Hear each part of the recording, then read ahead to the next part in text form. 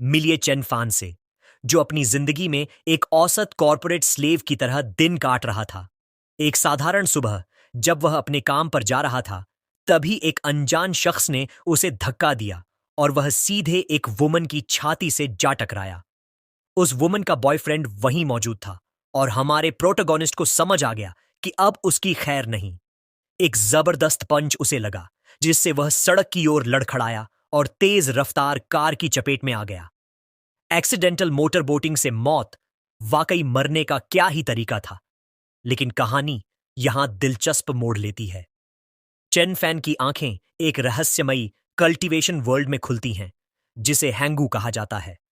जैसे ही वह अपनी मां के गर्भ में अपने ट्विन ब्रदर को लात मारता है, एक सिस्टम नोटिफिकेशन गूंजती है कि उसने विलन पॉइंट्स अर्जित किए हैं। पता चलता है कि उसका भाई इस दुनिया का चोजन वन और प्रोटैगनिस्ट है, और इतिहास गवाह है कि प्रोटैगनिस्ट के करीब रहने वाले हमेशा मुसीबत झेलते हैं। इसलिए हमारे मेन कैरेक्टर ने फैसला किया कि उसे अपने भाई द्वारा आने वाली किसी भी आपदा से बचने के लिए कड़ी कल्टीवेशन करनी होगी। अब परिवार से मिलते हैं। उसकी मां माउंट टाइबी की सबसे पवित्र सेंट है और वह बेहद गॉर्जस है। इस किन फैमिली के पास एक गुप्त मैजिक लिक्विड है जो जन्म से ही बच्चों की कल्टीवेशन को जबरदस्त बढ़ावा देता है। इसकी एक कटोरी की कीमत किसी आलीशान होटल स्वीट से भी ज्यादा है। तो हमारा विलन अभी से एक शानदार जिंदगी जी रहा है, जहां तक उसके पिता चिंतियन का सवाल है, जो परिवार के मुखिया हैं। चेन फैन उनके बारे में बात न करना ही बेहतर समझता है। अब आता है मुख्य इवेंट।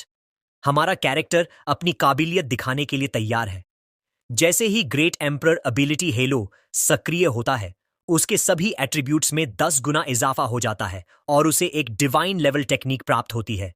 वहां मौजूद हर कोई दंग रह गया और उसे हेवंस पियरलेस प्राइड और अब तक का सबसे बड़ा जीनियस बताने लगा।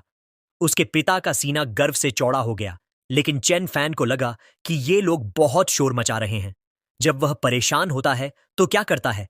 जाहिर है, खुद को शांत करने के लिए अपने भाई की धुलाई। उसने अपने रोते हुए भाई को समझाया कि वे दुश्मन बनने के लिए ही पैदा हुए हैं, एक चोजन वन बनाम एक डेस्टिन्ड विलन। तो यह सिर्फ बिजनेस था। हर बार जब वह अपने भाई को मारता, उसे विलन पॉइंट्स मिलते और उसे यह सिस्टम बहुत पसंद आने लगा।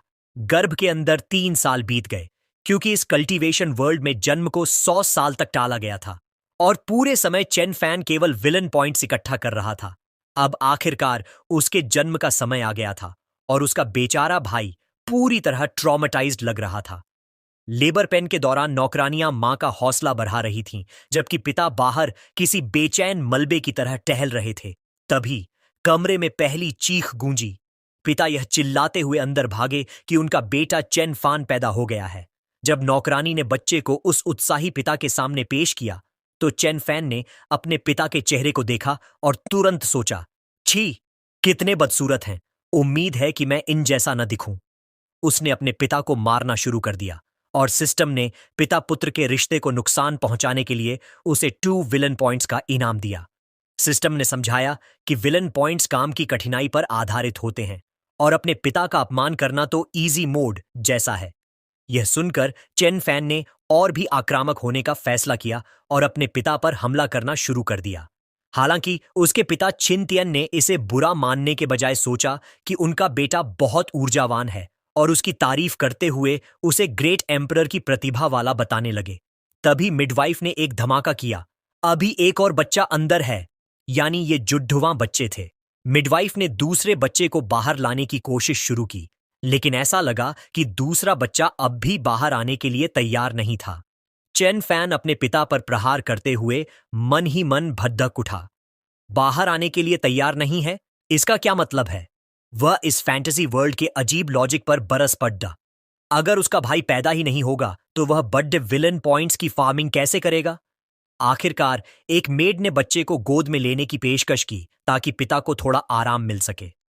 उसने चेन फैन को खिलाने की कोशिश की, पर उसने इनकार कर दिया।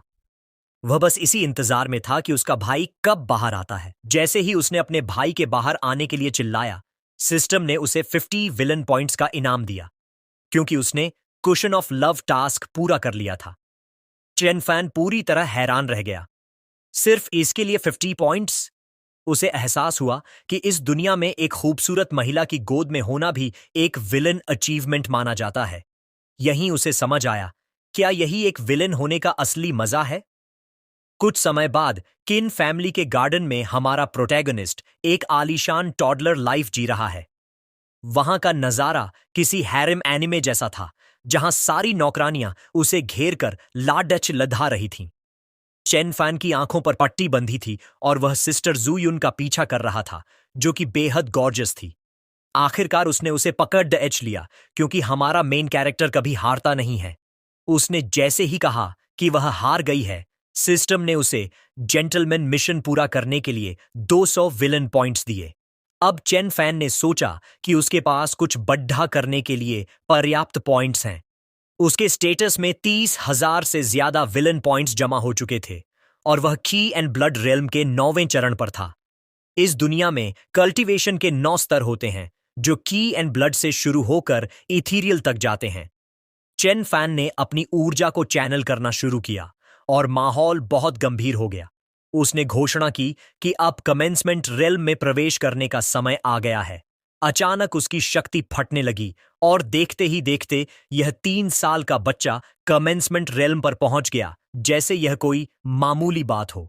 वहां मौजूद हर कोई उलझन में था कि आखिर हुआ क्या। यहां तक कि चेन फैन को भी लगा कि शायद उसने कुछ ज्यादा ही कर दिया है, पर उसने तुरंत स्थिति संभाली और सिस्टर बायू से गले मिलने की जिद की, क्योंकि विलन पॉइंट्स किसी का इंतजार नहीं करते। सिस्टर बायू भला इतने प्यारे यंग मास्टर को कैसे मना कर सकती थी। उसने उसे गोद में उठा लिया और चेन फैन ने सीधे उसे चूम लिया। सिस्टम ने तुरंत लव्स किस के लिए 50 विलन पॉइंट्स दे दिए। नौकरानियों ने उसे टोकते हुए कहा कि वह हर किसी को ऐसे नहीं चूम सकता, पर फिर उन्होंने यह सोचकर माफ कर दिया कि वह सिर्फ 3 साल का है। चेन फान ने भी नाटक करते हुए कहा, सही बात है, एक 3 साल का बच्चा भला ये सब क्या समझेगा। इसके बाद उसने सिस्टर बायू के साथ सोने की इच्छा जताई और वह मान गई। इसी बीच ग्रेट सिया डायनेस्टी में सम्राट अपनी पत्नी के साथ समय बिता रहे थे। तभी उन्हें कुछ महसूस हुआ और उन्होंने तुरंत जानना चाहा कि अभी अभी किसने ब्रेक थ्रू किया है। उन्होंने अपनी स्पिरिचुअल कॉन्शियसनेस जारी की और उस समय सम्राट के शरीर से एक असली मेन विलन वाली ऊर्जा निकल रही थी। ग्रेट सिया डायनेस्टी के सम्राट ने तुरंत उस ऊर्जा के स्रोत को पहचान लिया। ये चिन फैमिली का वह प्रतिभाशाली यंग मास्टर था। सम्राट के चेहरे पर एक क्रूर मुस्कान आ गई और उन्होंने घोषणा की कि जो बच्चा मात्र 3 साल की उम्र में कमेंसमेंट रेल्म तक पहुंच सकता है, उसे जीवित रहने की अनुमति नहीं दी जा सकती। सम्राट की नजरों में यह बच्चा भविष्य का सबसे बड़ा खतरा था। लेकिन किन फैमिली के महल में नजारा कुछ और ही था। वहां के आलीशान बाथ हाउस में नौकरानियां स्नान का आनंद ले रही थीं और बेहद स्टनिंग लग रही थीं। और दरवाजे की दरार से कौन झांक रहा था? हमारे प्रोटैगनिस्ट ने एक और जेंटलमैन्स मिशन पूरा करते हुए 100 विलन पॉइंट्स हासिल कर लिए। चेन फान ने मन ही मन खुद को सफाई दी कि अगर सिस्टम मिशंस न होते तो वह कभी ऐसी हरकत नहीं करता। तभी एक नया क्वेस्ट सामने आया। जब सिस्टर बायू स्नान कर रही हो तब उन्हें छेदना होगा। चेन फैन भड़क गया और सिस्टम से पूछने लगा कि वह उसे आखिर समझता क्या है। लेकिन तभी एक और मिशन ने 500 पॉइंट्स का ऑफर दिया, बशर्ते वह सिस्टर जूयू के साथ स्नान करे। यह सुनते ही प्रोटोगोनिस्ट के तेवर बदल गए और उसने बिना किसी हिचकिचाहट के अपने कपड़े उतारने शुरू कर दिए। वह सीधा सिस्टर बू के साथ बाथटब में कूद गया। वह पूरी तरह से कॉट ऑफ गार्ड थी और अचानक हुए इस हमले से चौंक गई। उसने घबराकर उस पर पानी उछाला, लेकिन सिस्टम ने फिर भी जेंटलमैन्स मिशन के लिए उसे 200 पॉइंट्स दे दिए। इसके बाद चेन फान ने सिस्टर जूयू से पूछा कि क्या वह उसके साथ भी नहा सकता है। वह थोड़ी हिचकिचाई, क्योंकि उसे एहसास हो रहा था कि कुछ तो गड्ढबड्ढ है। लेकिन तभी उस ब्लॉन्ड मेड ने मुस्कुराते हुए कहा, बिल्कुल, वह क्यों नहीं नहा सकता। और वह बड्डी सहजता से उसकी मदद करने के लिए आगे बढ़ी। सभी नौकरानियां इस बात पर सहमत थीं कि चेन फैन आखिर है तो एक 3 साल का बच्चा ही, तो वह भला इन सब चीजों के बारे में क्या ही जानता होगा। और हमारा प्रोटोगोनिस्ट इस स्थिति का पूरा लुत्फ उठा रहा था। वह मन ही मन सोच रहा था कि एक विलन की जिंदगी वाकई लाजवाब है। बाद में चैन फैन ने सिस्टम शॉप में अनकंस्ट्रेन्ड फैंटम नाम की एक स्किल जांची, क्योंकि उसका भाई जल्द ही आने वाला था। उसने अपनी ट्रेनिंग शुरू करते हुए खुद से कहा, एक भेड़िए के पास मजबूत दांत होने चाहिए और एक भेड़ के पास तेज पैर। क्योंकि मेरा भाई हेवंस चोजन वन है, इसलिए मैंने तय किया है कि मैं इस पूरे रेल्म का सबसे तेज रफ्तार इंसान बनूंगा। इस तरह जब भी चीजें हाथ से निकलेंगी वह तुरंत वहां से भाग सकेगा। और ईमानदारी से कहें तो एक विलन के लिहाज से यह एक ठोस प्लानिंग थी। हमारा कैरेक्टर अपनी इस शानदार एस्केप स्ट्रैटेजी पर एक असली विलन की तरह पागलों की तरह हंस रहा था। 3 दिन बीत गए और आसमान में एक हेवनली संकेत दिखाई दिया, जिससे चैन फैन को लगा कि शायद उसका वह कमबख्त भाई आखिरकार पैदा होने वाला है। लेकिन तभी उसे अपनी ओर आती हुई एक खतरनाक ऊर्जा महसूस हुई और उसके चेहरे के भाव तुरंत बदल गए।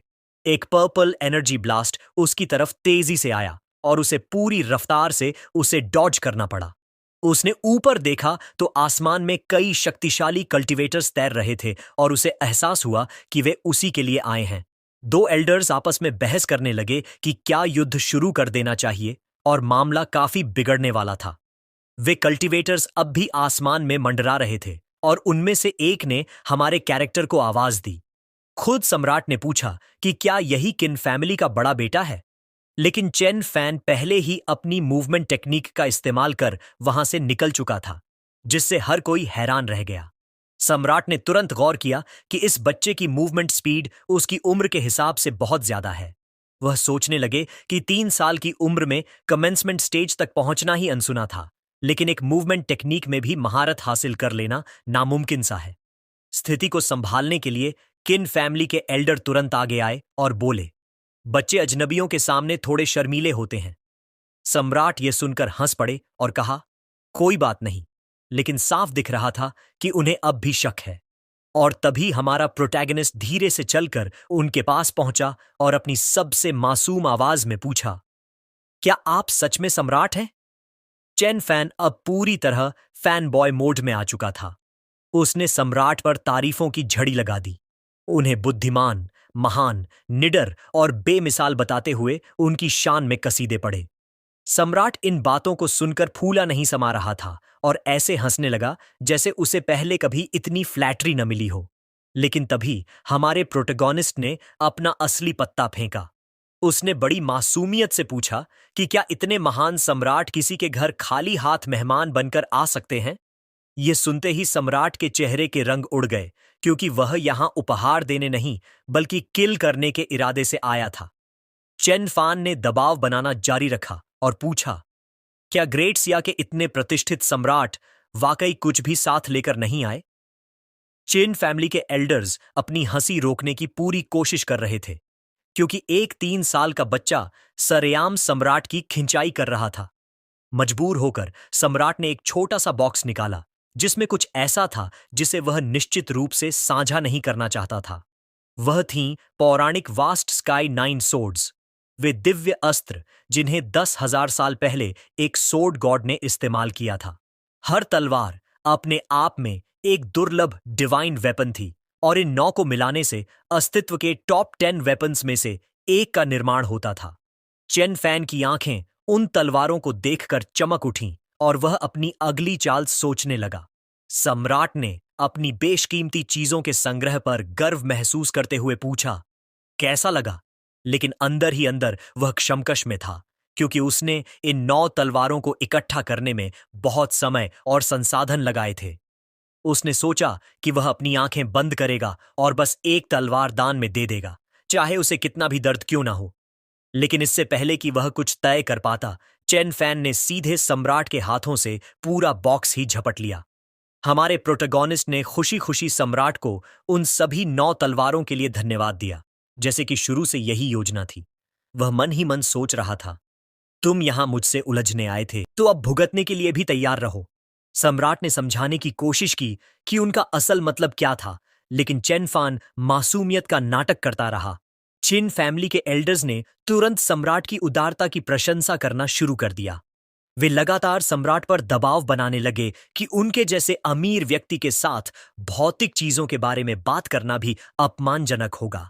अब वे यह प्रतिज्ञा कर रहे थे कि चिन फैमिली अब से सम्राट के नेतृत्व का पालन करेगी।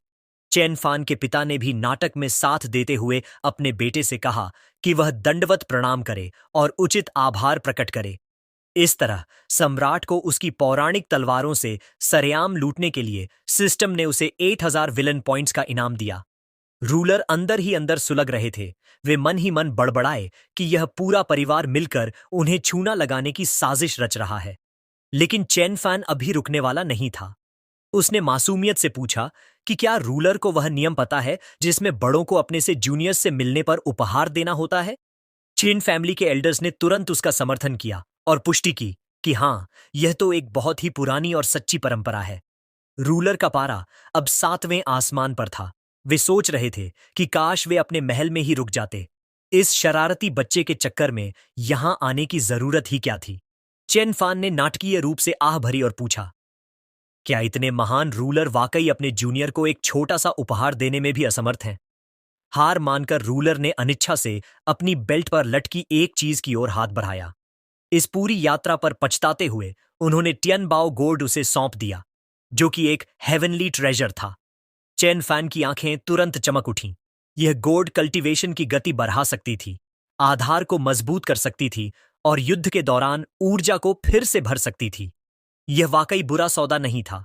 हमारे प्रोटैगनिस्ट ने उन्हें धन्यवाद दिया और मन ही मन सोचा कि दबाव डालने पर यह बूढ़ा आदमी वास्तव में काफी उदार है।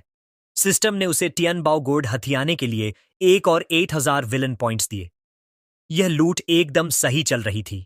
अब चेन फैन सोचने लगा कि और क्या क्या लिया जा सकता है, जबकि रूलर पहले से ही आने वाले खतरे से डरे हुए थे। तभी हमारे कैरेक्टर ने जिक्र किया कि उसका एक छोटा भाई भी है जो बस पैदा होने ही वाला है। यह सुनते ही रूलर ने तुरंत नकली खांसी शुरू कर दी और कहा कि उन्हें अचानक किसी जरूरी काम से जाना होगा। वह शख्स एक 3 साल के बच्चे के हाथों दोबारा लुटने से बचने के लिए वहां से पूरी रफ्तार से उड़ गया। चेन फान ने हाथ हिलाते हुए अलविदा कहा और चिल्लाया कि वह जल्द ही अपने छोटे भाई को उनसे मिलवाने लाएगा। और देखते ही देखते रूलर क्षितिज में ओझल हो गए, जिन्हें चिन फैमिली ने पूरी तरह से साफ कर दिया था। लेकिन अब चेनफान के अपने पिता ही उन तलवारों को यह कहकर लेने की कोशिश करने लगे कि वे उन्हें अपने बेटे के लिए सुरक्षित रखेंगे। हमारे प्रोटैगनिस्ट ने तुरंत नकली रोना शुरू कर दिया और अपने पिता पर अपने खजाने चुराने का आरोप लगाया। पिता का चेहरा सब कुछ बयां कर रहा था, क्योंकि वे उन डिवाइन वेपन्स को जेब में डालने की कोशिश करते हुए रंगे हाथों पकड़े गए थे। एल्डर ने तुरंत उन्हें डांटना शुरू कर दिया कि वे अपने ही बेटे का खजाना लूटने की हिम्मत कैसे कर सकते हैं। दादाजी ने बॉक्स वापस छीन लिया और चेन फैन को देते हुए कहा कि वह रोए नहीं। हमारे प्रोटैगनिस्ट ने मासूमियत का नाटक जारी रखते हुए खजाना वापस ले लिया। जाहिर है वे आंसू पूरी तरह से नकली थे। यह बच्चा सबको अपनी उंगलियों पर नचा रहा था। अचानक बिजली की कड़कड़ाहट के साथ आसमान काला हो गया। चेन फैन हैरान था कि अब क्या हो रहा है। तभी स्वर्ग से एक विशाल फायर फीनिक्स नीचे चिन फैमिली की हवेली की ओर उतरा। पिता को अचानक याद आया कि उनकी पत्नी सीवी अभी भी बर्थ की प्रक्रिया में है। वे खुद को कोसते हुए वहां से भागे कि वे इतने महत्वपूर्ण क्षण को कैसे भूल गए। चेन फैन के हाव भाव भी बदल गए, क्योंकि 3 साल के लंबे इंतजार के बाद आखिरकार उसका वह मूर्ख छोटा भाई यहां आ चुका था। वे उस कमरे में पहुंचे जहां नए बच्चे का जन्म हुआ था, और वहीं वह मौजूद था, हेवेंस चोजन वन, जो एक नवजात के हिसाब से काफी शांत लग रहा था। पिता ने गर्व से अपने नए बेटे को गोद में लिया, जबकि चेन फैन पीछे खड़ा होकर अपनी डार्क एनर्जी के साथ योजना बना रहा था। उसने अपने पिता को आवाज दी और अपने इस नए राइवल के खिलाफ अपनी अगली चाल सोचने लगा। पिता ने वोंग मिंग के सामने उसके छोटे भाई वुअर का परिचय कराया, और हमारे प्रोटोगनिस्ट ने अपने चेहरे पर बड्ढे भाई वाले सबसे अच्छे भाव और लिए। चेन फैन ने बड्ढी मासूमियत से पूछा कि बच्चा रो क्यों नहीं रहा है, और यह शंका जताई कि कहीं उसे कोई समस्या तो नहीं। फिर हमारे प्रोटोगनिस्ट ने वही किया जो कोई भी चिंतित बद्धा भाई करता। उसने जोर से बच्चे के कूल्हे पर एक थप्पड़ जड्डा दिया। बच्चा तुरंत दहाड़े मारकर रोने लगा, और पिता यह देखकर पूरी तरह स्तब्ध रह गए कि अभी अभी क्या हुआ। उन्होंने गुस्से में पूछा कि चेन फैन अपने ही छोटे भाई को इस तरह कैसे मार सकता है। लेकिन चेन फैन ने फिर से मासूमियत का खेल खेला और कहा कि वह बस इसलिए परेशान था क्योंकि बच्चा कोई हरकत नहीं कर रहा था। हेवेंस चोजन वन को थप्पड़ डीएच मारने के लिए सिस्टम ने उसे 100 विलन पॉइंट्स दिए, लेकिन यह 29,000 पॉइंट्स के सामने कुछ भी नहीं था जो उसे अपने भाई को रुलाने और उसकी इन्नेट एंसेस्ट्रल एनर्जी को तितर बितर करने के लिए मिले थे। वापस अपने कमरे में हमारा प्रोटैगनिस्ट अपने स्टैट्स चेक कर रहा था और उसने गौर किया कि उसकी कल्टीवेशन स्पीड एक दीवार से टकरा गई है। एनलाइटनमेंट रियल्म का पहला चरण और 32,000 विलन पॉइंट्स की बचत, लेकिन अपग्रेड के लिए यह काफी नहीं था। पर अब जब उसका मूर्ख छोटा भाई आखिरकार पैदा हो चुका था, तो विलन पॉइंट्स की कभी कमी नहीं होने वाली थी। उसने पहिया घुमाया यह देखने के लिए कि इस बार उसे क्या इनाम मिलता है। किस्मत का कांटा हेवन स्लेइंग सोर्ड टेक्निक पर जाकर रुका, जो सुनने में ही पूरी तरह ब्रोकन लग रही थी। इस तकनीक ने उसके दिमाग को विनाशकारी सोर्ड आर्ट्स के दृश्यों से भर दिया, जो उसके रास्ते में आने वाली किसी भी चीज को काट सकते थे। जैसे ही उसने तकनीक के हर अंश को सोखा, उसके भीतर शक्ति का संचार होने लगा। हमारे कैरेक्टर ने अपनी आंखें खोलीं और तुरंत पहचान लिया कि यह तलवारबाजी की तकनीक वास्तव में कितनी दुर्जेय है। अब उसे बस इसकी प्रैक्टिस करके इसकी पूरी क्षमता को अनलॉक करने की जरूरत थी। इसलिए उसने इस प्रक्रिया को तेज करने के लिए 30,000 विलन पॉइंट्स खर्च करके 1 महीने का कॉम्प्रिहेंशन ऑरा हासिल कर लिया। 1 महीने बाद दादाजी अपने पीडीडीएच पोते के साथ कुछ अच्छा समय बिताने के इरादे से आए। उन्होंने सुना था कि हमारा प्रोटैगनिस्ट तलवारबाजी का अभ्यास कर रहा है और वे उसे कुछ मार्गदर्शन देना चाहते थे। लेकिन चेन फैन सोच रहा था कि मार्गदर्शन से बेहतर तो यह होगा कि वह कुछ दिनों के लिए अपने भाई का इस्तेमाल विलन पॉइंट्स कमाने के लिए कर ले। दादाजी ने लेक्चर देना शुरू किया कि कैसे कल्टीवेटर्स को सचेत रहना चाहिए और अहंकार से बचना चाहिए। फिर उन्होंने शक्ति के नाटकीय प्रदर्शन के साथ अपनी तकनीकों का प्रदर्शन करने का निर्णय लिया। जमीन से पत्थर के खंभे ऊपर उठे और उनके चारों ओर हरी ऊर्जा घूमने लगी। उन्होंने गर्व से समझाया, यह swirl of the falling leaves नामक हेवन लेवल मार्शल आर्ट का पहला चरण है, जिसे मास्टर करने में मुझे 1 दशक से अधिक का समय लगा।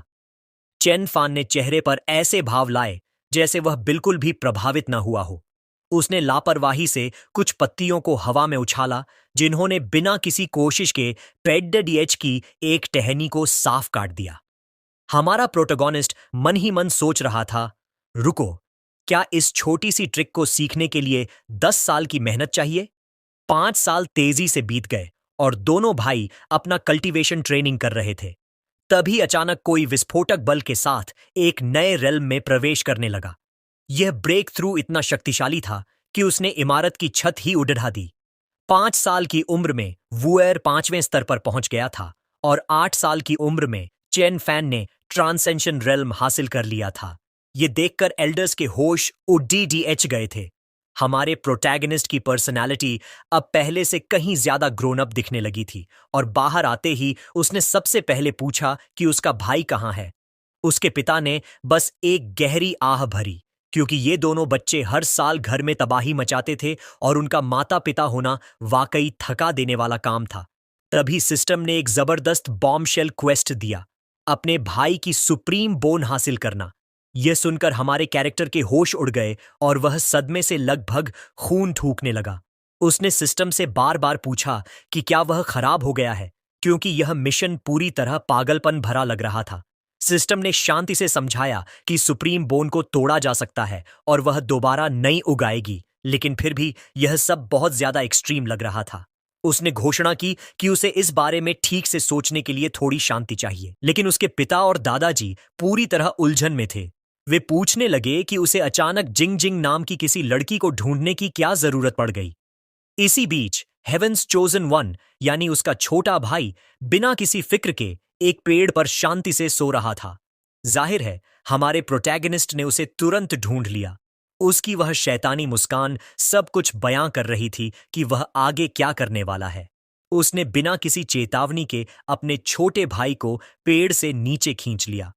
उसने अपना मोनोलॉग शुरू किया कि कैसे वह असल में सिर्फ एक प्लेबॉय बनकर ऐशो आराम की जिंदगी जीना चाहता था, लेकिन इस मामूली छोटे भाई की वजह से उसे इतनी कड़ी मेहनत और कल्टीवेशन करनी पड़ रही है। उसने नाटकीय अंदाज में घोषणा की कि शायद यही उसकी किस्मत है।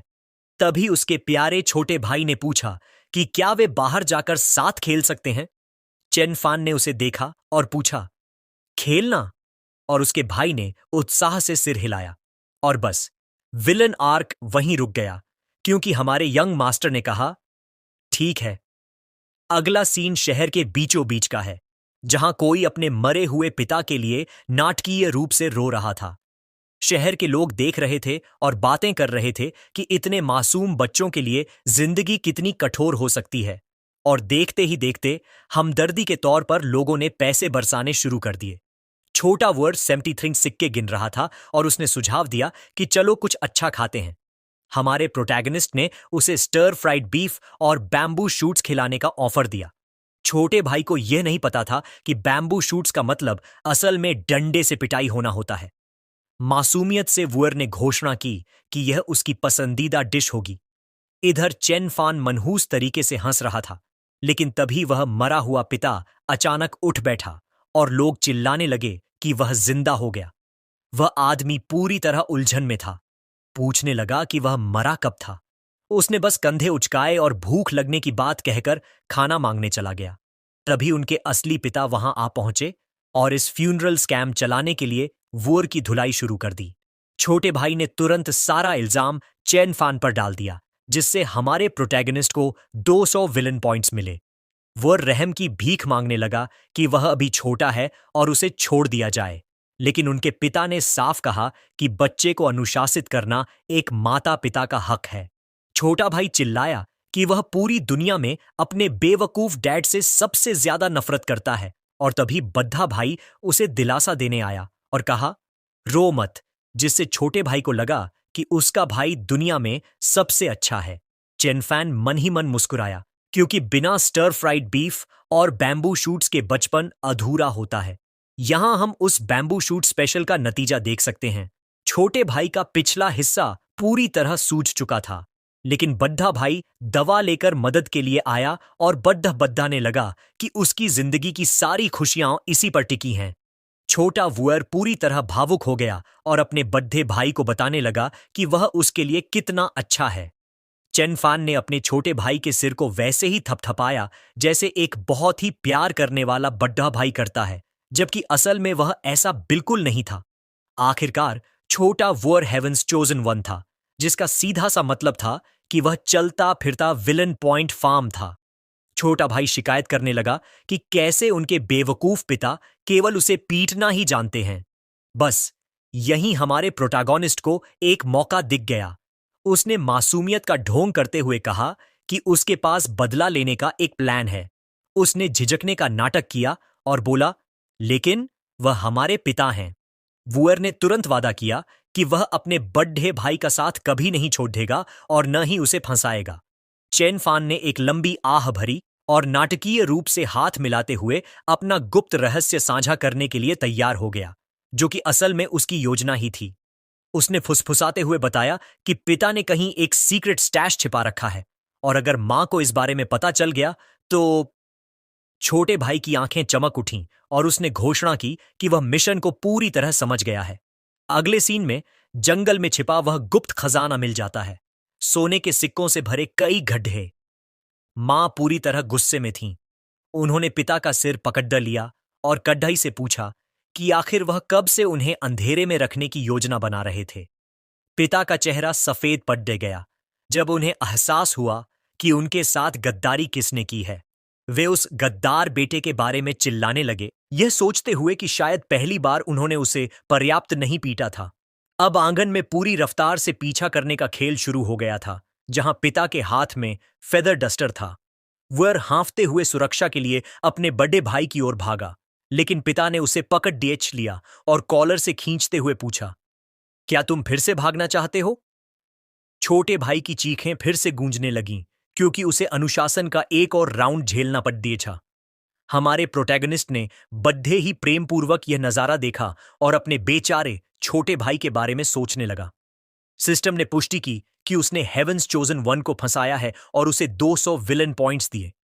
उसी रात मां बेहद स्टनिंग लग रही थी और अपने पति को पुकार रही थी। कमरे के बाहर मासूम वुएर ने अपने बड्ढे भाई से पूछा कि पिता ने मां को पकड़ डीएच क्यों रखा है। हमारे प्रोटोगोनिस्ट ने एकदम डेडपैन चेहरे के साथ जवाब दिया, वे बस ट्रेनिंग कर रहे हैं। तभी वुएर को एक खुराफाती विचार आया। उसने सोचा कि अगर वह पिता की ट्रेनिंग के बीच में खलल डाल दे तो शायद पिता के पास उसे पीटने के लिए ऊर्जा ही नहीं बचेगी। चेन फेन थोड़ा हिचकिचाया। एक तरफ विलन पॉइंट्स का लालच था, लेकिन दूसरी तरफ इस हस्तक्षेप के परिणाम भयानक हो सकते थे। पर छोटे भाई ने उसकी खामोशी को अपनी मंजूरी समझ लिया और खुशी खुशी अंदर जाने की घोषणा कर दी। चेन फान का चेहरा उतर गया जब उसे एहसास हुआ कि अब क्या होने वाला है। उसने उसे रोकने के लिए हाथ बढ़ाया, लेकिन बहुत देर हो चुकी थी। वुएर कमरे में घुस गया और पिता को आवाज देने लगा, जबकि पिता का चेहरा खौफ से भर गया। यहां तक कि परिवार का पालतू पक्षी भी इस नजारे को देखकर हैरान था। चेन फान बस अपना चेहरा सिकोद्द कर रह गया, क्योंकि उसके सामने पूरी तरह से तबाही मच चुकी थी। लेकिन तभी सिस्टम पागल होने लगा। उसे फंसाने के लिए 200 पॉइंट्स मिले और एक हिंसक पिटाई का कारण बनने के लिए 500 पॉइंट्स। रिवॉर्ड्स जमा होते रहे। बड ब्लूम के लिए 500 पॉइंट्स और पेन पेनिट्रेटिंग द सोल के लिए 1000 पॉइंट्स। हमारे प्रोटैगनिस्ट ने तर्क दिया कि आखिर अनुशासन ही तो शिक्षा है। आधा महीना बीत चुका था और चेन फान आराम से लेटे हुए इस बात की शिकायत कर रहा था कि उसे कोई विलन पॉइंट्स नहीं मिल रहे, क्योंकि उसके भाई का पिछला हिस्सा अभी तक पूरी तरह ठीक नहीं हुआ था।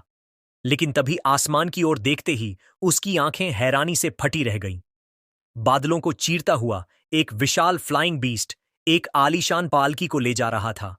उस पालकी के ऊपर एक नीले बालों वाला सोर्ड्समैन बैठा था, जबकि अंदर से एक मासूम हरे बालों वाली गर्ल झांक रही थी। हमारे प्रोटैगनिस्ट ने सोचा कि आखिर टांचिन सिटी का यह लिन फैमिली उनसे क्या चाहता होगा। तभी सिस्टम ने उसे एक epic level heaven's chosen one की मौजूदगी का अलर्ट दिया। यह सुनकर चेन फैन बहुत खुश हो गया, क्योंकि उसे लगा कि अब उसके पॉइंट्स का सूखा खत्म होने वाला है। अब कहानी को आधा महीना पीछे ले चलते हैं ताकि देख सकें कि ये मेहमान यहां क्यों आए हैं। टांचिन सिटी की लिन फैमिली एस्टेट में परिवार के मुखिया लिन हा ने अभी अभी सुना था कि चिन फैमिली में 2 अत्यंत प्रतिभाशाली बेटों ने जन्म लिया है। वे अपनी डॉटर को उनके सर्वेंट के साथ ट्रेनिंग करते हुए देख रहे थे और इस खबर के बारे में गहराई से सोच रहे थे। नन्ही लिन शाइनर अपनी पूरी ताकत झोंक रही थी और ट्रेनिंग के दौरान एक प्रभावशाली पोज दे रही थी। उसने एक पेडीएच पर जोरदार पंच मारा, जिससे कुछ पत्तियां नीचे गिर गईं, जबकि वह सर्वेंट शांति से उसे देख रहा था। उसने चहकते हुए पूछा कि उसने कैसा प्रदर्शन किया, और उस सर्वेंट ने विनम्रता से जवाब दिया कि वह असाधारण रूप से प्रतिभाशाली है। लेकिन उसके पिता ने उनकी ओर पीठ फेरते हुए एक गहरी आह भरी। शाइनर ने यह गौर किया और मासूमियत से पूछा कि उसके पिता इस तरह आहें क्यों भर रहे हैं। उन्होंने तुरंत एक सफेद झूठ बोलकर बात को छिपा लिया और कहा कि शायद उन्होंने कुछ ज्यादा ही खा लिया है। फिर उन्होंने असली धमाका किया और अपनी डॉटर को चिन फैमिली के बड्ढे बेटे के बारे में बताते हुए पूछा कि क्या वह उससे शादी करने के लिए तैयार है। इस अचानक प्रस्ताव से उस बेचारी का चेहरा सदमे के मारे पूरी तरह सपाट हो गया। उसने विरोध किया कि वह अभी भी एक बच्ची है, लेकिन उसके पिता ने खुशी खुशी जवाब दिया कि बचपन का प्यार भी तो प्यार ही होता है। उसने नाटकीय रूप से कसम खाई कि वह हमेशा कुंवारी रहेगी, चाहे वह अंधी हो जाए या पागल। पर वह उस चीन परिवार के किसी लड़के से शादी नहीं करेगी। लेकिन जैसे ही वे चीन फैमिली पहुंचे, उसने सबसे पहले चेन फैन के पिता को देखा और तुरंत सोचा कि यह चेन फैन व्यक्ति कितना हैंडसम है। इसी बीच हमारा असली प्रोटैगनिस्ट वहां खाड़ीडीढ़ा पूरी स्थिति को देखकर उलझन में था। उस गर्ल ने तुरंत खुद को संभाला और हॉटी अंदाज में घोषणा की कि उसका पति बनने के लिए सिर्फ हैंडसम होना काफी नहीं है। वह मार्च करती हुई हमारे प्रोटैगनिस्ट के पास पहुंची और केडीडी हाई से पूछा कि क्या वही चेन फैन है। फिर उसने अपने सर्वेंट लिनसान का परिचय कराया और चेन फैन को अपनी काबिलियत साबित करने के लिए उससे लड़ने की चुनौती दे दी। उसके पिता लिन हा ने तुरंत उसे टोकते हुए डांटा कि वह मेजबानों के साथ इतनी बदतमीजी न करे। लेकिन हमारे प्रोटैगनिस्ट की दिलचस्पी उस सर्वेंट में ज्यादा थी। वह मन ही मन सोच रहा था कि क्या यह व्यक्ति ही वह हेवंस चोजन वन है। उसने विचार किया कि कैसे उसने पिछले 5 सालों से पारिवारिक ड्रामा से बचने के लिए वर पर हाथ थोड़ा हल्का रखा था, जिससे उसे कुल मिलाकर केवल 240,000 विलन पॉइंट्स ही मिले थे। लेकिन अब कोई ऐसा व्यक्ति जो न तो परिवार का है और न ही दोस्त सीधे उसके पास चलकर आया है। उसकी वह शैतानी मुस्कान उसके इरादों के बारे में सब कुछ बयां कर रही थी। हमारे प्रोटैगनिस्ट ने एक दिलचस्प बात गौर की। लिन हा की जुबान कह रही थी, बदतमीजी मत करो, लेकिन उनके एक्शन बता रहे थे कि वे बीच बचाव बिल्कुल नहीं कर रहे। और चेन फान के पिता ने इसे एक अनुमति की तरह लिया और उत्सुकता से अपने बेटे को मेहमान के साथ खेलने के लिए आगे कर दिया। हमारे प्रोटैगनिस्ट ने बिना किसी हिचकिचाहट के हामी भर दी और उसकी वह मुस्कान सब कुछ बयां कर रही थी कि उसके दिमाग में क्या खुराफात चल रही है। लिंसान ने अपना स्टैंस लिया और विनम्रता से इंस्ट्रक्शन मांगा। वह इस बात से पूरी तरह बेखबर था कि वह बस एक विलन पॉइंट फार्म बनने वाला है।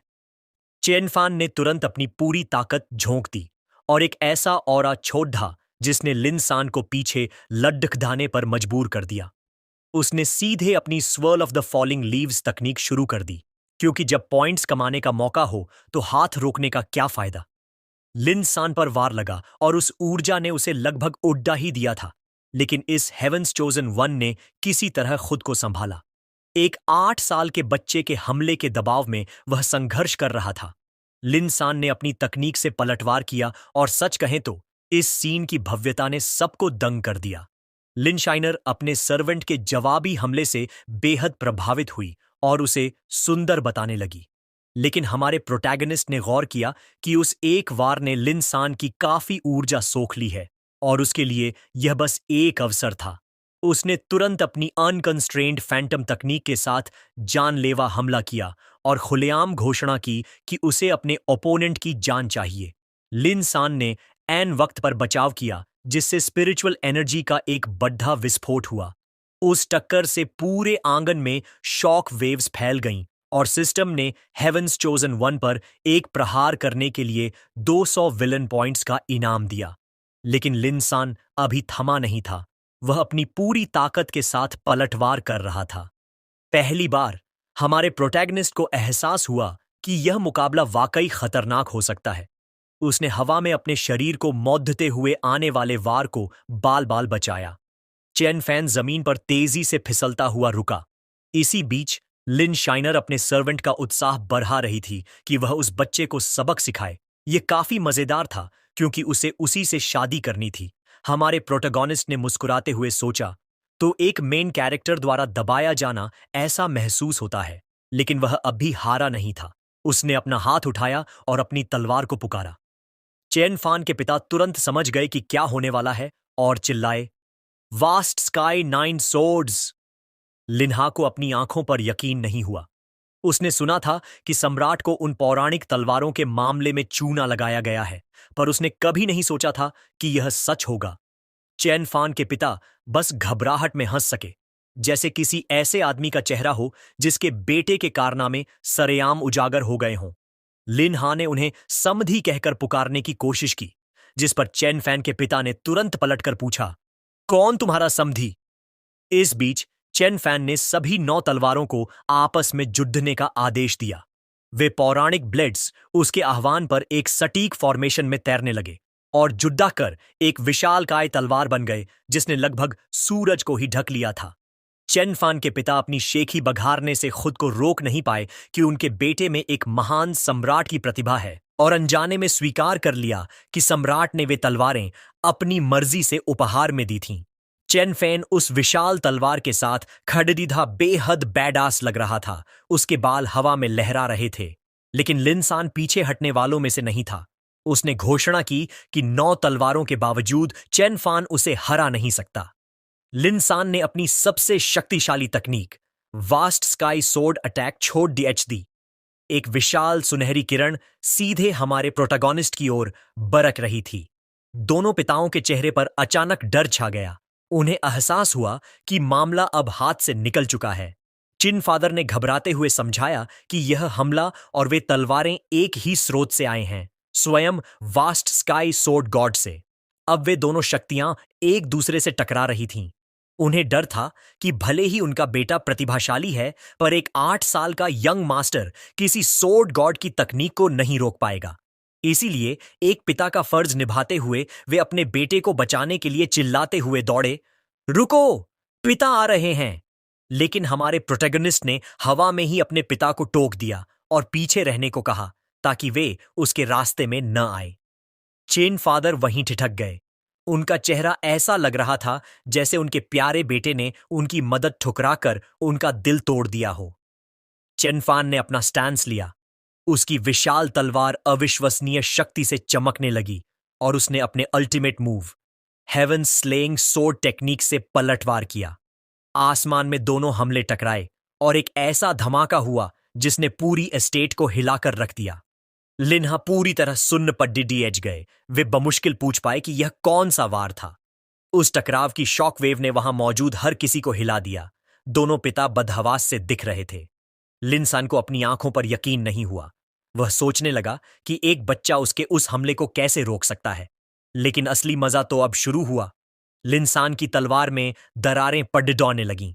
ब्लेड पूरी तरह चकनाचूर हो गया और सिस्टम ने घोषणा की, हेवंस चोजन वन के डाउ हार्ट को तोड़ ढाने के लिए 100,000 विलन पॉइंट्स। हमारे प्रोटैगनिस्ट ने अपने शिकार की ओर बढ़ना शुरू किया और लापरवाही से ऐलान किया कि वह उसे खत्म करने आ रहा है।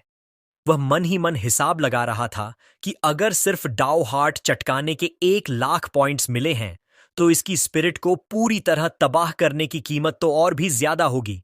उसने लिनसान को कॉलर से पकड़ दहा और उसकी स्पिरिट पर सीधे वार करने का फैसला किया। वह लगातार प्रहार करने लगा और हर कट के साथ उसे 500 विलन पॉइंट्स मिलने लगे। पॉइंट्स का ढेर लगने लगा, 500 यहां, 500 वहां। हमारा कैरेक्टर ऐसे पॉइंट्स बटोर रहा था जैसे उसकी जिंदगी इसी पर टिकी हो।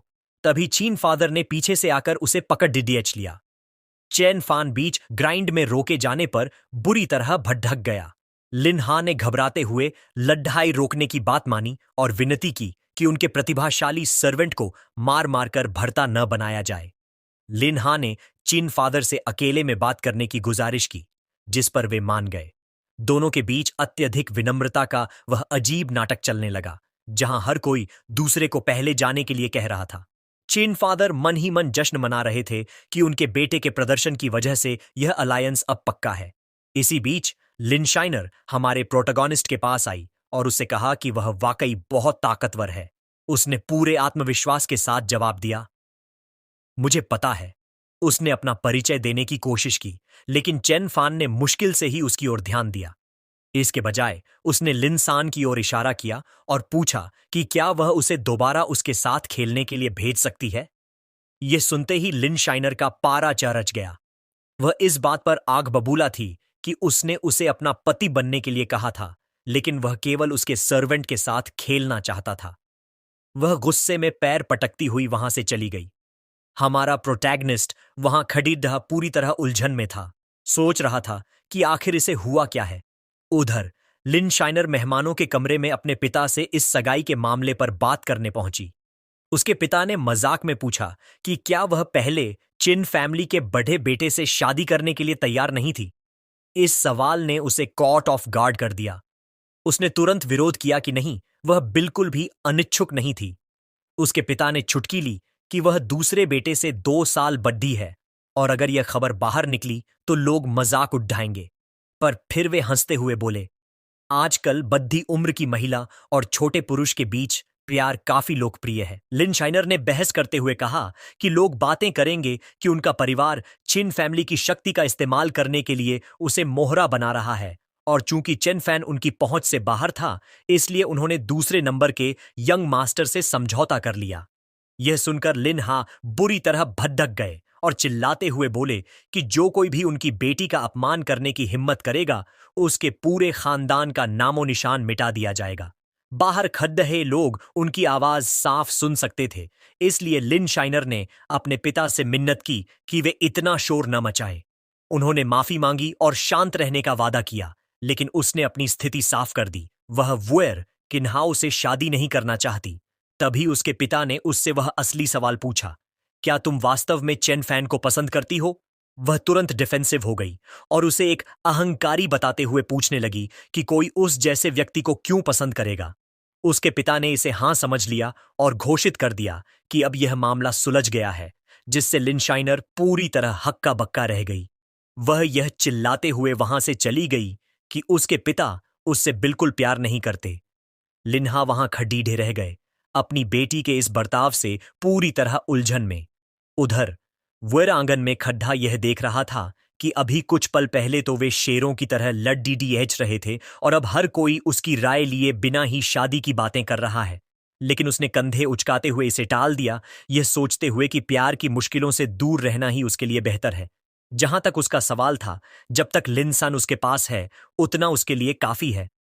इधर लिनसान को भी कुछ गड्ढबड्डा महसूस हो रही थी। उसे लग रहा था जैसे कोई लगातार उस पर नजर रख रहा है।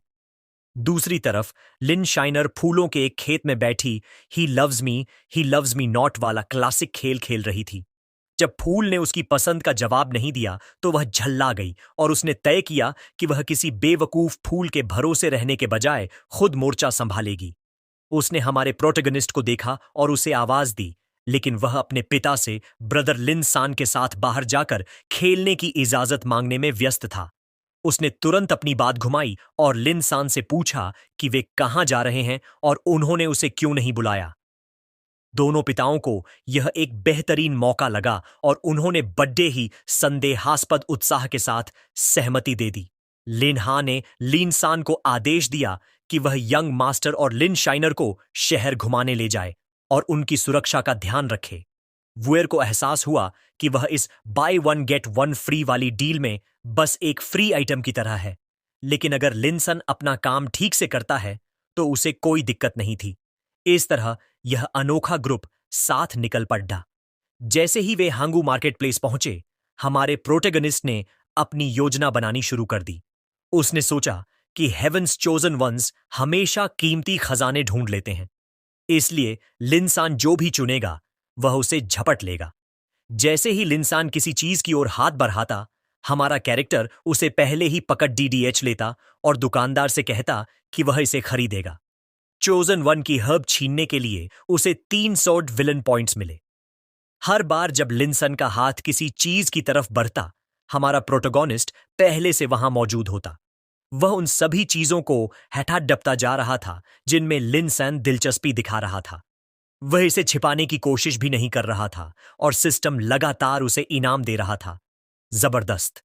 जबरदस्ती हेवंस चोजन वन के खजाने चुराने के लिए सिस्टम ने उसे फिर से 300 विलन पॉइंट्स का इनाम दिया।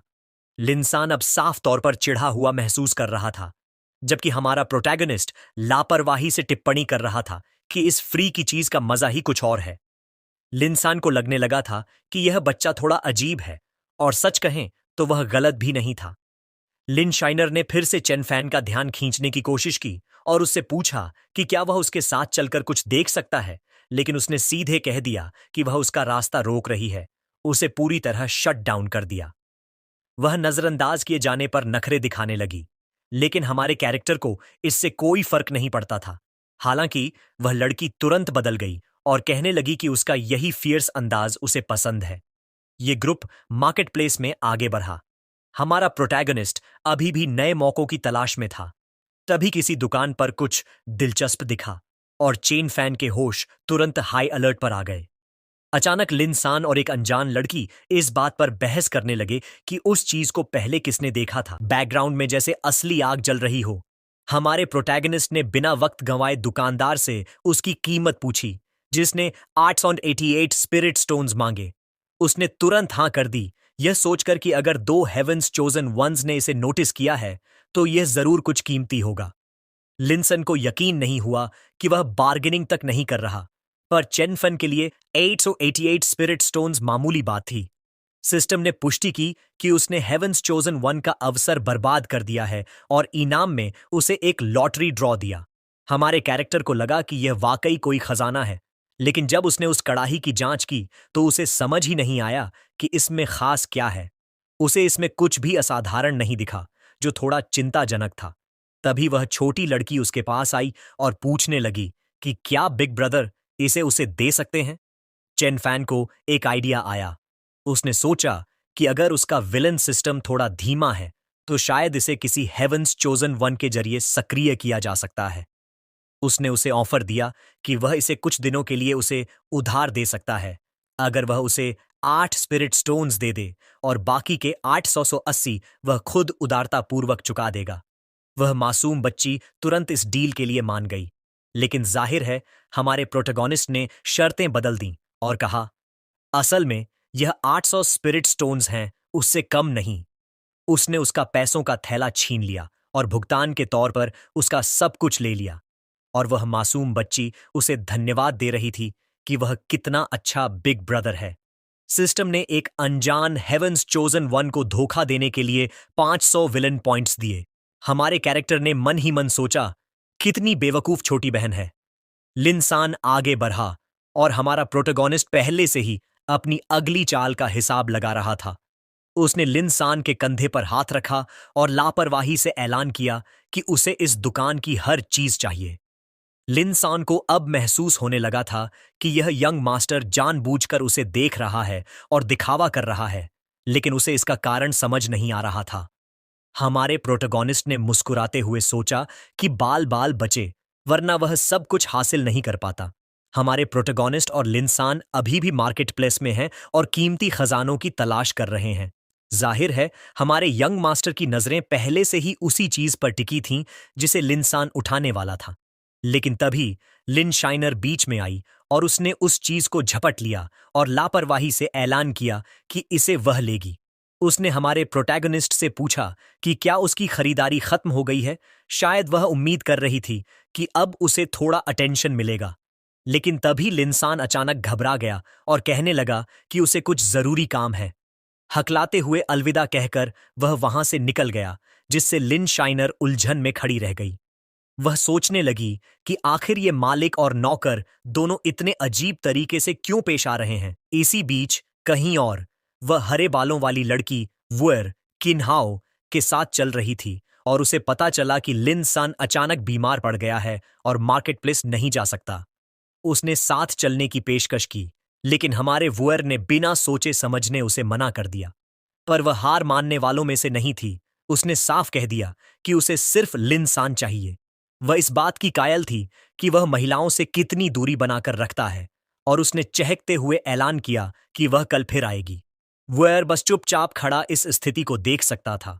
उधर लिनसान, जिसने यह सब सुन लिया था, पूरी तरह शर्मिंदा था और अविश्वास में उसके शब्दों को दोहरा रहा था। उस रात हमारे बैंगनी बालों वाले सर्वेंट को गहरा एग्जिस्टेंशियल क्राइसिस हो रहा था। वह इस बात का मातम मना रहा था कि उसका लक्ष्य तो बस एक उच्च गुणवत्ता वाला सर्वेंट बनना था, न कि। खैर, इस व्यवस्था को लेकर उसकी अपनी ही कुछ विशिष्ट चिंताएं थीं। अगले दिन पूरे शहर में हलचल मची हुई थी, क्योंकि चिन और लिन परिवारों के बीच आधिकारिक एंगेजमेंट की सार्वजनिक घोषणा कर दी गई थी। गठबंधन पक्का होने के साथ ही दोनों परिवारों ने एक दूसरे को विदाई दी, क्योंकि लिन फैमिली अब वापस जाने की तैयारी कर रही थी। हमारे प्रोटैगनिस्ट ने तुरंत हिसाब लगाया कि उसका 2 फोल्ड ट्रेजर फाइंडिंग टूल अब सिर्फ 1 फोल्ड रह गया है, क्योंकि वे जा रहे थे। लिनसन पालकी से देख रहा था, शायद इस सारी उथल पुथल से दूर जाने की राहत महसूस कर रहा था। लेकिन रुकिए, वह हरे बालों वाली लड़की फिर से वहां थी, और लिनसन को देखकर ऐसा लग रहा था जैसे वह हवा में गायब हो जाना चाहता हो। वह लड़की पहले से ही उनकी पालकी में थी, जबकि हमारा प्रोटोगोनिस्ट नीचे से बड़ी दिलचस्पी के साथ देख रहा था। उसे लगा कि यंग मास्टर उसे देख रहे हैं और वह शर्माने लगी, जबकि असल में यहां ऐसा कुछ भी नहीं हो रहा था। वापस चिन मैंशन में चीजें बहुत दिलचस्प होने वाली थीं। हमारा प्रोटोगोनिस्ट अपने सिस्टम स्टैट्स चेक कर रहा था और लापरवाही से सोच रहा था कि लिनसान के साथ घर से भाग जाना कितना अच्छा होगा।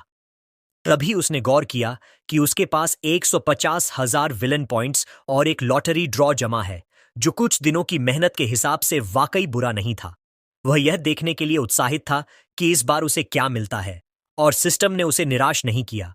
उसे एक गॉड लेवल बुद्धिस्ट टेक्निक मिली, जिसका नाम था हेवनली ड्रैगन्स माइट, जो राक्षसों डीमंस के खिलाफ दोगुना नुकसान पहुंचाती है। शक्ति तुरंत उसके भीतर उमड़ने लगी और चारों तरफ सुनहरी ऊर्जा फटने लगी। उसके ऊपर एक विशाल सुनहरा ड्रैगन प्रकट हुआ। यह नजारा वाकई अविश्वसनीय था। उस ड्रैगन की दहाड़ इतनी शक्तिशाली थी कि 10 मील के दायरे में हर किसी को पता चल गया कि कुछ बहुत बड़ा हो रहा है। हमारे प्रोटैगनिस्ट ने उस सारी दिव्य ऊर्जा को सोख लिया। उसका शरीर शक्ति के संचार से चमक रहा था। जब यह आखिरकार खत्म हुआ तो वह पूरी तरह थक कर वहां बैठा था और उसकी सांसें तेज चल रही थीं। उसने गौर किया कि उसके कंधे पर एक ड्रैगन पैटर्न बन गया है जो उसे अब गॉड लेवल बुद्धिस्ट टेक्निक्स इस्तेमाल करने की अनुमति देता है। लेकिन वह शक्ति अनियंत्रित होकर उमड़ रही थी और हमारे यंग मास्टर के लिए यह स्थिति फिलहाल सुखद बिल्कुल नहीं थी। सुनहरी रोशनी के एक अंधे कर देने वाले धमाके के साथ ऊर्जा चारों ओर फैल गई। जब धूल शांत हुई तो हमारे प्रोटैगनिस्ट ने खुद को अपने कमरे के मलबे के बीच खडड्डा पाया। चारों ओर बर्बादी थी और उसके मुंह से एक बहुत ही सटीक गाली निकली। उसे तुरंत एहसास हुआ कि उसे अब नाटक करना होगा और यह जताना होगा कि यह सब जानबूझकर किया गया था। उसने फौरन सिस्टम से अपग्रेड के लिए कहा। सिस्टम ने बात मान ली और सुनहरी शक्ति की एक और लहर उसके भीतर से गुजरी, जिससे वह तीव्रता के मारे चिल्ला उठा। ठीक उसी वक्त उसके पिता और परिवार के एंसेस्टर घबराकर उसका नाम पुकारते हुए कमरे में घुस आए। एंसेस्टर उसकी समझने की पावर ऑफ कॉम्प्रिहेंशन को देखकर दंग रह गए, जबकि उसके पिता बस घर के बचे कुचे मलबे को घूर रहे थे। सिस्टम ने उसे 3rd स्टेज पर पहुंचने के लिए बधाई दी, जिसकी कीमत उसे पूरे 100,000 विलन पॉइंट्स पर दी। इसके अलावा ट्रांसेंशन रेल्म के दूसरे चरण के लिए और 30,000 पॉइंट्स कट गए। हमारे कैरेक्टर के पसीने छूटने लगे। एक पल में 130,000 पॉइंट्स गायब। वह अपनी बचत का मातम ऐसे मना रहा था जैसे उसने किसी अपने को खो दिया हो। बाहर से छत में हुआ वह विशाल छेद साफ देखा जा सकता था। एंसेस्टर चिल्लाकर किसी को सबसे बेहतरीन स्पिरिचुअल इलिक्सर्स लाने का हुक्म दे रहे थे। वे बिल्कुल भी मजाक के मूड में नहीं थे। अगले दिन इंपीरियल कोर्ट में चिन फैमिली के गठबंधन को लेकर अधिकारियों में हड्ड-हैच-कंप मच गया और वे सजा की मांग करने लगे। लेकिन एक सलाहकार ने शांतिपूर्ण बातचीत की सलाह दी, क्योंकि राज्य में अजीब घटनाएं हो रही थीं और वे आंतरिक कलह बर्दाश्त नहीं कर सकते थे। एक अन्य अधिकारी ने चेतावनी दी कि यिन्यू डायनेस्टी और भी ताकतवर हो गई है और उनके 2 चोजन सन्स अब असली दुश्मन बनकर उभरे हैं। सम्राट अपनी पसंद तौल रहे थे। वे जानते थे कि उन्हें एकजुट रहने के लिए शक्तिशाली परिवारों की जरूरत है, लेकिन इससे चिन फैमिली के उन 2 लड डीडीएचकों को बरहने का समय मिल जाएगा। उन्होंने अफसोस जताया कि काश शाही परिवार के पास अपने खुद के चुने हुए बेटे होते तो यह सारी राजनीति जरूरी ही नहीं होती। इधर चिन फैमिली की मीटिंग में शाही परिवार की चालों पर चर्चा हो रही थी। कुछ लोग तो युद्ध के लिए हाथ साफ करने को भी तैयार थे। उन्होंने स्थिति का विश्लेषण किया कि नए गठबंधन और यिन्यू डायनेस्टी की पैनी नजर के कारण शाही परिवार के लिए हमला करना बहुत महंगा पड़ेगा। एंसेस्टर ने समझाया कि एक प्रतिष्ठित परिवार जब बहुत शक्तिशाली हो जाता है तो वह निशाना बन जाता है और सम्राट बस एक क्विक बैटल चाहता है। हमारे प्रोटैगनिस्ट ने बाहर से सब कुछ सुन लिया। वह दरवाजे की दरार से झांकते हुए सोच रहा था कि क्या वाकई युद्ध होने वाला है और क्या उसे अभी भाग जाना चाहिए। लेकिन फिर उसने अपनी आंखें बंद कीं और भागने के विचार को मजबूती से खारिज कर दिया। उसने स्वीकार किया कि एक ट्रांसमिग्रेटर के रूप में उसने शुरू में सोचा था कि वह भावनाओं में नहीं फंसेगा, क्योंकि कमजोरियां आपको असुरक्षित बनाती हैं। लेकिन पिछले 8 सालों में इस परिवार ने उसे जो प्यार और वफादारी दी है, वह उन्हें मरते हुए नहीं देख सकता था। तभी उसे इस सारी अफरा तफरी का एक परफेक्ट सॉल्यूशन सूझा। वह झटके से अंदर घुसा और अपने एंसेस्टर और पिता से कहा कि उसने सब कुछ सुलझाने का तरीका सोच लिया है। उसके पिता ने तुरंत उसे बाहर जाने को कहा, जबकि एंसेस्टर ने उसे मुंह बंद रखने की हिदायत दी। हालांकि एंसेस्टर थोड़े उत्सुक थे और उन्होंने उसकी बात सुनने का फैसला किया, जिसे देखकर उसके पिता उस साफ दिखने वाले फेवरेटिज्म से काफी चिढ़ गए। हमारे प्रोटैगनिस्ट ने समझाया कि यह पूरी स्थिति केवल इसलिए पैदा हुई है क्योंकि उसने और वुएर किन्हाउ ने पावर बैलेंस को बिगाड़ दिया है। अगर वे खुद को छिपा लें तो युद्ध का कोई कारण ही नहीं बचेगा। एंसेस्टर ने टोकते हुए कहा कि अगर वे छिप भी जाएं तो शाही परिवार तब तक नहीं रुकेगा जब तक वे मर न जाएं या अपाहिज न हो जाएं। हमारे प्रोटैगनिस्ट ने पूरे आत्मविश्वास के साथ सहमति जताई, जैसे उसे पता था कि यही जवाब मिलने वाला है। और फिर उसने असली बम फोड़ा। उसने घोषणा की कि समाधान म्यूटिलेशन है, विशेष रूप से व्यूअर की सुप्रीम बोन को बाहर निकालना, क्योंकि वह वैसे भी दोबारा उग आएगी। एंसेस्टर को लगा कि यह प्लान काम कर सकता है, लेकिन चेन फान के पिता इसके लिए बिल्कुल तैयार नहीं थे। उन्होंने दलील दी कि वुएर अभी सिर्फ 5 साल का है, इस तरह के दर्द से गुजरने के लिए वह बहुत छोटा है। एंसेस्टर ने समझाया कि सुप्रीम बनने के लिए सिर्फ हड्डी काफी नहीं होती, इसके लिए इच्छा शक्ति, आत्मा और सबसे बढ़कर डेस्टिनी चाहिए। वूर को अपनी सुप्रीम बोन खोने के दर्द से उबरना होगा और छिप जाना होगा, ताकि जब वह हड्डी दोबारा उगे तो वह असली सुप्रीम लेवल तक पहुंच सके। बाहर बताने के लिए कहानी एकदम परफेक्ट थी। बड़ा भाई अपने छोटे भाई की शक्तियों से जलता था, इसलिए उसने खुद उसकी सुप्रीम बोन निकाल ली और पकड़े जाने के डर से भाग गया। परिवार के पूर्व मुखिया गुस्से का नाटक करेंगे और घोषणा करेंगे कि चेन फैन को परिवार से निकाल दिया गया है और पूरे हंगू में उसे वांटेड घोषित कर दिया जाएगा। जहां वुएर शारीरिक दर्द झेलेगा, वहीं चेन फान शारीरिक और मानसिक दोनों तरह की यातनाएं सहेगा। एक गद्दार का ठप्पा लेकर तब तक शिकार होता रहेगा जब तक उसका भाई बद्दा होकर उसका नाम साफ नहीं कर देता। पिता ने इस क्रूरता को स्वीकार करने से इनकार कर दिया। उन्होंने गरजते हुए कहा कि अगर शाही परिवार युद्ध चाहता है तो युद्ध ही होगा। वे उन कमबख्तों से नहीं डरते। उन्होंने अपने बेटे का हाथ थामा और वादा किया कि वे उसे और वुएर दोनों को बचाएंगे, चाहे इसके लिए उन्हें अपनी जान ही क्यों न देनी पड़े। हमारे प्रोटैगोनिस्ट ने घोषणा की कि वह परिवार के लिए कोई भी बदनामी सहने को तैयार है। सिस्टम ने तुरंत एक हिपोक्रिटिकल विलन की तरह अभिनय करने के लिए उसे एक नई इन्वेंट्री एबिलिटी का इनाम दिया। एंसेस्टर ने उसे चेतावनी दी कि एक बार इस रास्ते पर कदम बढ़ा लिया तो वापस लौटने या पछताने का कोई मौका नहीं मिलेगा। हमारे यंग मास्टर ने कुछ काव्यात्मक ज्ञान जादा कि कीमती तलवारों को सांड पर चढ़ाना पड़ता है और बेहतरीन फूल कभी ठंड में ही खिलते हैं, लेकिन अंदर ही अंदर वह चिल्ला रहा था कि इन लोगों ने उसे 8 कीमती सालों तक रोक कर रखा और अब वह बस उस हड्डी को निकालकर वे अनराइवल्ड आइज हासिल करना चाहता है और कहीं जाकर खूबसूरत लड्ढकियों को ढूंढना चाहता है। आखिरकार एंसेस्टर मान गए और उन्होंने अपनी मंजूरी दे दी, लेकिन पिता अभी भी सदमे में थे। वे घुटनों के बल गिर पड़े और एंसेस्टर से पुनर्विचार करने की भीख मांगने लगे। उन्होंने जिद की कि कोई न कोई दूसरा रास्ता जरूर होगा। चेन फैन अपने पिता की हताशा को देख रहा था और मन ही मन खुद को कोस रहा था, क्योंकि इस विरोध की वजह से उसकी परफॉर्मेंस बीच में अटक गई थी। एंसेस्टर ने पिता के कंधे पर हाथ रखा और समझाया कि यह योजना सबसे बुरे हालात में भी परिवार के नुकसान को कम करेगी, लेकिन पिता रोते रहे कि उनका बेटा अभी सिर्फ 8 साल का है। चेन फान ने अपने पिता को सहारा देकर खाड़ीडीढ़ा किया और कहा कि उन्हें झुकने की जरूरत नहीं है।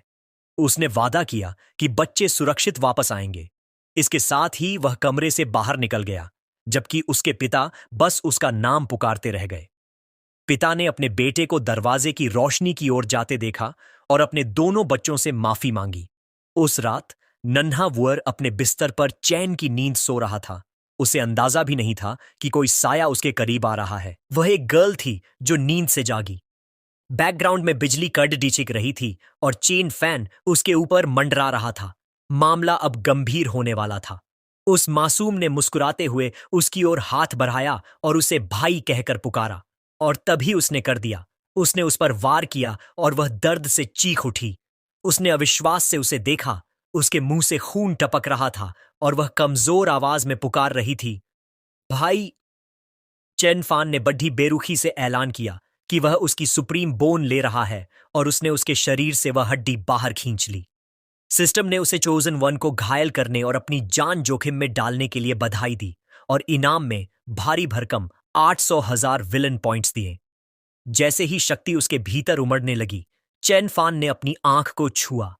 उसकी आंखों से एक तीव्र सुपरनैचुरल रोशनी निकलने लगी। उसने अपने रिवॉर्ड की जांच की। उसके पास एक चमकती हुई कड़दाही प्रकट हुई। उसने खुद से पूछा, क्या यही अनराइवल्ड आइज हैं? उसने वह कॉल्ड्रन अपनी घायल बहन के लिए छोड़ डिहच दी और उसे मूर्ख छोटा भाई कहकर पुकारा, जिससे पुष्टि हुई कि वह लाडज की वास्तव में वुएर किन्हाओ ही थी। वह खिड़की से बाहर कूद गया। वह जानता था कि अनराइवल्ड आइज ही आगे बढ़ने का सबसे अच्छा रास्ता है, इसलिए हड्डी उधार लेना कभी उसका असली मकसद नहीं था। उसके पीछे उस कॉल्ड्रन से निकलती हीलिंग एनर्जी ने घायल बच्चे को घेरना शुरू कर दिया, जिससे उसकी हालत स्थिर होने लगी। बाहर मूसलाधार बारिश में वुर के कमरे के पास आंगन में एक साया घुटनों के बल बैठा था। वह चेनफान था, जो पूरी तरह टूट चुका था और उसके हाथों पर खून लगा था। उसने जो कुछ भी किया था, उसका बोझ अब उसे महसूस हो रहा था। अंदर पिता को अपनी पत्नी को जबरदस्ती रोकना पर डीडीएच रहा था, जो इस खबर से पूरी तरह टूट चुकी थी। चेन फान ने उस इमारत की ओर देखा जहां उसके माता पिता थे। उसके चेहरे पर लगा खून बारिश के पानी के साथ मिल रहा था। उसने भारी मन से आवाज दी कि वह जा रहा है और अपने माता पिता को आखिरी बार अलविदा कहा। इसके बाद वह छतों से कूदता हुआ उस तूफानी रात में ओझल हो गया।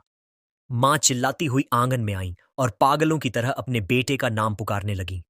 उनका चेहरा पीधा से भरा था और वे बारिश में भीगते हुए चिल्ला रही थीं।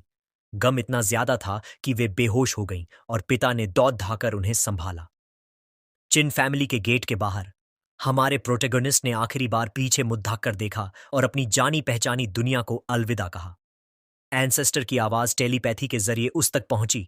उन्होंने समझाया कि सूरज उगते ही पूरे हैंगू में उसके नाम का डेथ वारंट फैल जाएगा। उन्होंने पूछा कि वह कहां जाने की योजना बना रहा है। चेन फैन ने सीधा जवाब दिया, मैं यिन्यू डायनेस्टी की ओर जा रहा हूं।